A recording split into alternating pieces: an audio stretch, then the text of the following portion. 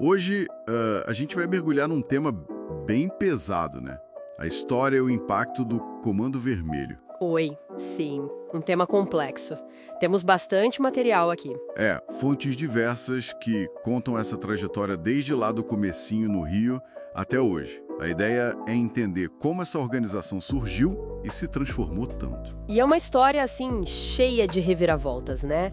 Como é que um grupo que nasce numa prisão brutal nos anos 70, com um lema tipo paz, justiça e liberdade? Sim, como isso vira essa rede enorme de crime, tráfico internacional, violência? Exato. Como aconteceu essa evolução, né? Ou involução, dependendo do ponto de vista. Pois é. Bom, vamos lá. O começo então. Presídio de Ilha Grande, década de 70. Ditadura militar rolando solta, condições desumanas lá dentro. Um verdadeiro inferno, né? Superlotação, maus tratos. E foi nesse ambiente que surgiu a Falange Vermelha. Era tipo uma autodefesa dos presos comuns. Para se protegerem mesmo. E aí vem um ponto-chave que as fontes destacam. A mistura dos presos comuns com os presos políticos. Uma decisão do regime que, bom, não saiu como esperado para eles. Não mesmo. A ideia era isolar os militantes. Mas acabou rolando uma troca ali, né? Uma troca muito intensa. Os criminosos comuns, eles aprenderam com os políticos sobre organização, disciplina, até ideologia, sabe? É mesmo? Tipo, que tipo de coisa? Valores como respeito mútuo dentro do grupo, não roubar colega de cela, até o hábito de ler, de estudar, de discutir, coisas que os políticos faziam. A repressão estatal meio que deu um empurrão para organizar o crime, né? Irônico. Nome, Comando Vermelho? Então, um dos fundadores, o William da Silva Lima, o professor, ele disse que esse nome foi a imprensa que deu. Não foi uma escolha deles no início.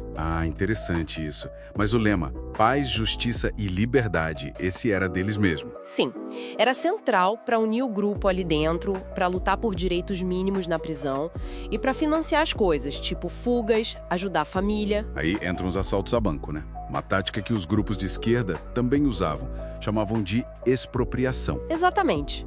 Figuras importantes nessa época foram Rogério Lemgruber, o Bagulhão. E o José Carlos dos Reis Ensina, o famoso Escadinha. Esse ficou muito conhecido, né? Muito, principalmente por aquela fuga espetacular de helicóptero de Ilha Grande, em 85. Uma cena de filme mesmo. Mas ele não ficou no CV para sempre, né? As fontes dizem que ele rompeu depois. É verdade. Teve briga interna, ele foi expulso. E olha só, foi um dos fundadores da facção rival, a Amigos dos Amigos, a ADA, que nasceu de uma dissidência do próprio CV. Mostra como tudo é muito instável ali. Alianças que mudam o tempo todo.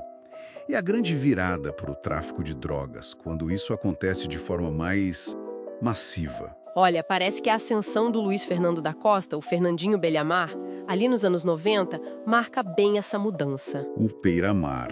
Aí o negócio ganha outra dimensão, né? Totalmente. Expansão para o tráfico internacional, conexões com as Farc na Colômbia para conseguir cocaína, um poder que ele exercia mesmo preso em segurança máxima. E teve aquele episódio terrível em Bangu 1, em 2002, né? A execução do E. Sim, o Hernaldo Pinto de Medeiros, o E, que era o líder da ADA na época. Foi um banho de sangue transmitido quase ao vivo, um ponto de inflexão brutal. E quais foram as consequências daquilo, além da violência em si, estrategicamente falando? Olha, aquilo ali cimentou a rivalidade mortal com outras facções, principalmente com o Terceiro Comando, que depois racha e vira o TCP, Terceiro Comando Puro.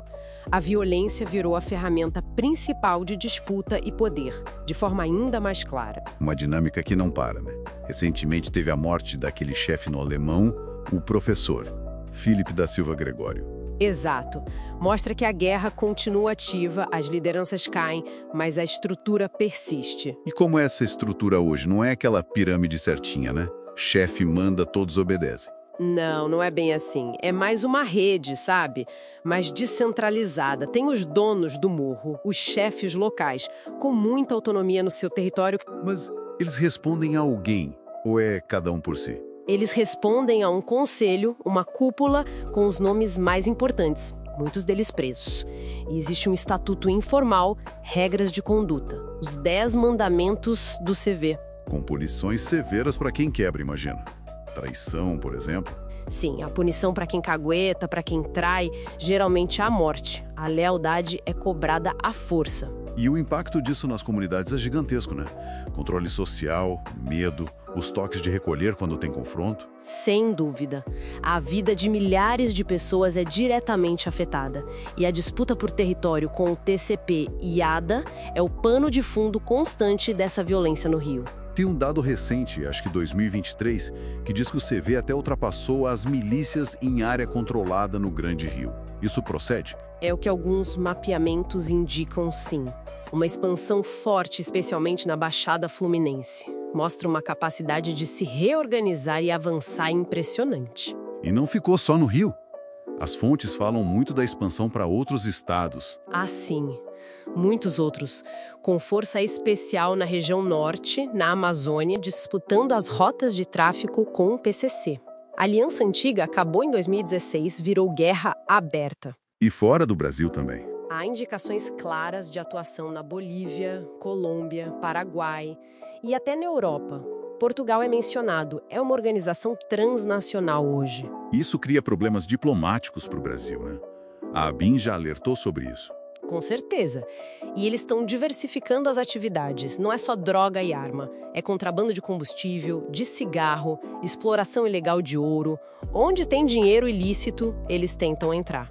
Uma capacidade de adaptação econômica notável também. Então, para a gente amarrar aqui, o que a gente viu foi uma jornada incrível, no sentido de impressionante, né? De um grupo de autodefesa numa prisão, com uma influência ali dos presos políticos, até se tornar essa rede criminosa transnacional com um poder territorial e econômico gigantesco. Uma transformação, assim, profunda e muito preocupante, claro. E fica uma pergunta no ar, eu acho. Qual? Se o Comando Vermelho nasceu, pelo menos em parte, de problemas do próprio Estado, das condições prisionais desumanas, e se ele mostra essa resiliência toda, essa capacidade de se adaptar mesmo com o líder caindo, com repressão, o que essa persistência toda diz sobre as raízes sociais do crime no Brasil? E sobre a real eficácia de focar só no confronto, na prisão de liderança, sem talvez atacar essas causas mais profundas? É algo pra gente pensar, né?